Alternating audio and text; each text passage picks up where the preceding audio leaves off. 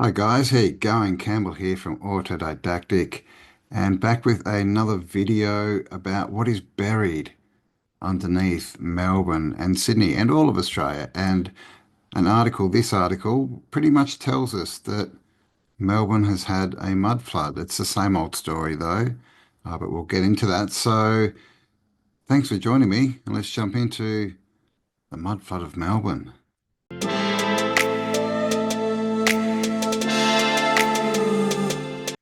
All right, so this is the age, and it says it's a bit Pompeii-like, the unexpected buried blocks of Melbourne.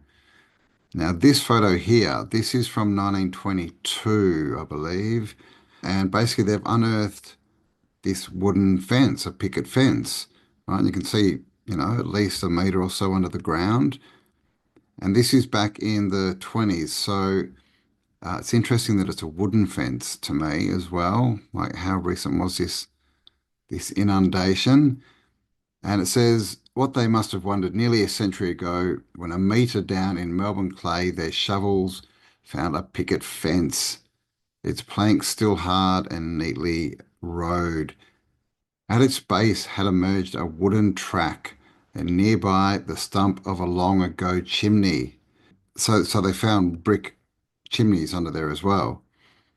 There was no ready explanation for the workers digging the foundations for what would be Swanston Street's famed Capitol Theatre, as the building they had just demolished had stood since 1865. Nice work. Melbourne, as a European settlement, had existed only 30 years before that. And so here's a picture of some of the artifacts that they've found, bottles and jars. They're all looking very good quality. Who knows how old they are? This plate they're holding up as well. That looks like Delft blue china, like Dutch Delft china, which would have been pretty rare, I would think, in the 1880s in Australia, or the whatever year they said it was, 1860s maybe.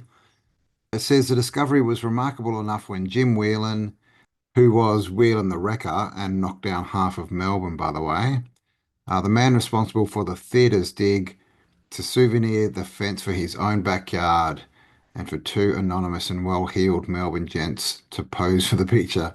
So they're talking about this picture at the top here, this fence. He got them to pose for it, and then he took the fence, put it in his backyard. And as a side note, I actually went to school in Melbourne with Will and the Wreckers. Well, I don't know, a daughter, basically. I don't know if she was, the granddaughter or great granddaughter. And I went to her house for a birthday when I was like seven or something. And they had a wall. They were saying that one of the walls for their house was from one of the old world buildings, from an old bank. So, yeah, interesting. My little story.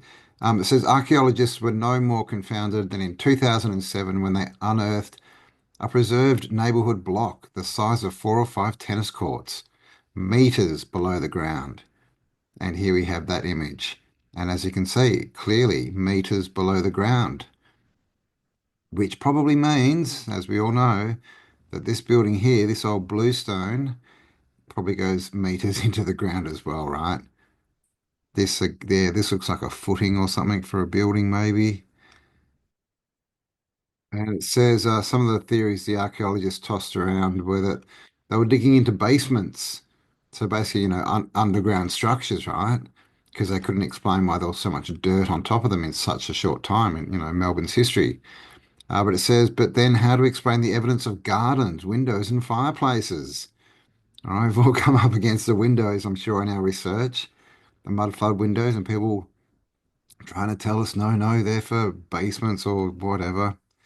And they also discovered a picket fence, blah, blah, blah. So they couldn't explain that as that they dug into a basement. So that they had to admit that it was once above the ground and it got inundated by something, right? It got covered up by meters of dirt.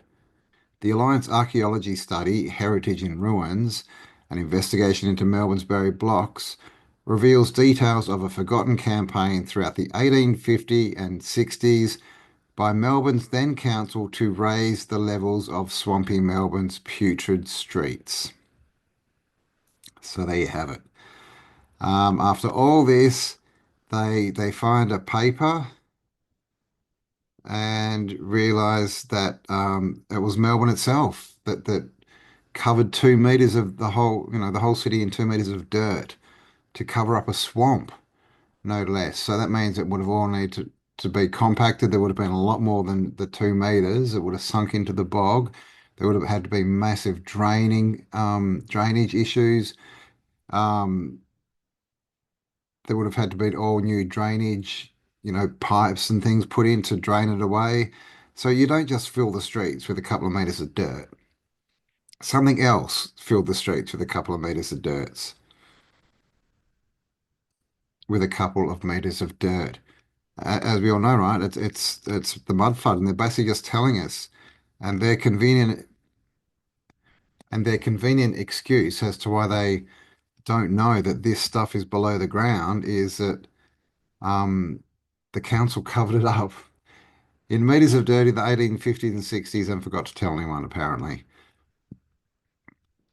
But this is, it's the cover up. It's because this story, all these archaeologists, they don't know that the true history, and most of the people in the government don't. But so that they're trying to explain it through their words, through their perception of history, which clearly is wrong. And that's why it all doesn't make sense. And they have to make stuff up like this heritage in ruins,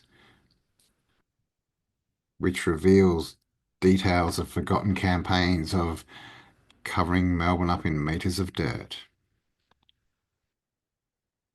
Now, here's one from Sydney. The secrets of Sydney's past unlocked after Hunter Street Metro Station excavation. The excavation of what will become the Hunter Street Metro Station has unearthed archaeological treasures from early Sydney. Archaeologists discovered sandstock brick footings from the 1820s to the 1840s, believed be the base for prominent businessman Jean-Charles Prosper de Mostre's home and counting house, a traditional finance office. So this de Mostre grew up in America before moving to Australia in 1818 and began his working life as an importer.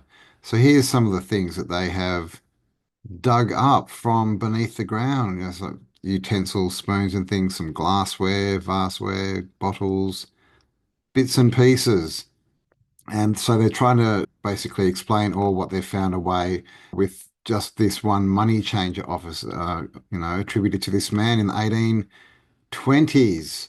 Okay, 1820s. We're talking in the narrative. That's 32 years. Is that right?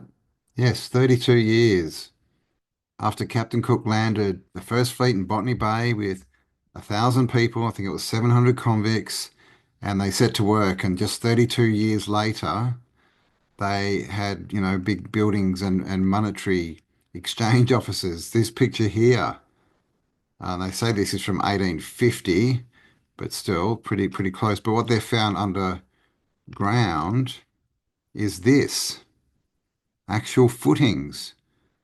All right, so cut stone, laid properly. 32 years, guys. This was done after Captain Cook came to Australia, and they say there was nothing here. Nothing. They didn't know where any of the quarries or the rock was. They didn't know where to get the lime for the mortar. They, would have had only very limited tools to start with. They had to grow their food. They had no food, and many other issues. So they start building in brick. You know, the timeline that we've been given, that they should have started with wood, and just practicality, and it just makes sense that you would start with wood. It's much easier, it's much more abundant, it's easier to harvest and to manufacture. But no, they're doing cut limestone or sandstone brick footings. Here it is, to be believed to be part of the prominent Sydney colonial era merchant Prosper de Mastre's residence and counting house. So there you go. And look at this. See this down the side here? That looks like the old world terracotta piping. Right? We used to have this everywhere, and they've of course ripped it all out and replaced it with plastic, right? Plastic piping now, but that's the old style of piping. So that's very interesting. So special care is being taken to preserve the relics so that future generations can learn more about the Sydney of that era. is what they're saying. And that's pretty much all they're going to tell us. But as you can see again, this was found below ground because they were digging down, for the foundations of the new train station. So again, buried, and no one knew it was there apparently. And then when they find it, they just sort of make up this little story. Like there's no evidence in this story anyway that about who this guy is. Okay, so I thought I'd do a quick search for John Charles Prosper de Mostere. Oh, sounds very French. They say he's American. And we get this on genealogy. Born August 15th, 1789. Da da da. Son of Andre, blah blah blah. Migrated to Australia in 1818, which is the same year that he built his house. So must have been doing all right. Now, here's another page, Australian Royal Genealogy. Again, nothing here, and it just says this is all taken from Wikipedia. And so this is what they do.